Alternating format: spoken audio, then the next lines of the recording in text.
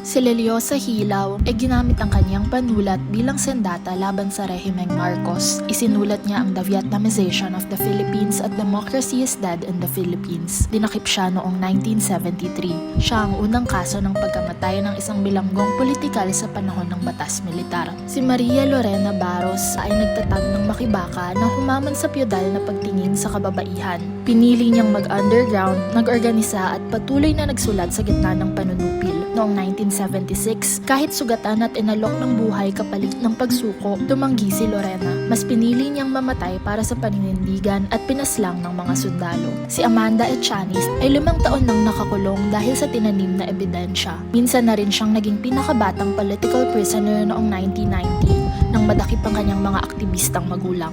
Bago sumapit ang 2nd buwan ng kanyang anak, siya ay muling nakulong taong 2020. Patuloy ang paglilingkod sa University Student Council at isinilang ang binhi ng paglaya bilang sandata ng pag-asa. Si Nanay Sally Ohano, higit 3 dekadang lumaban para sa kababaihan at kabataan at nagtulak sa pagpasa ng Anti-Violence Against Women and Their Children Law. Inaresto taong 2021 sa lumang kasong rebelyon at hinatulan ng 10 taong pagkakakulong sa kabila ng edad at karamdaman.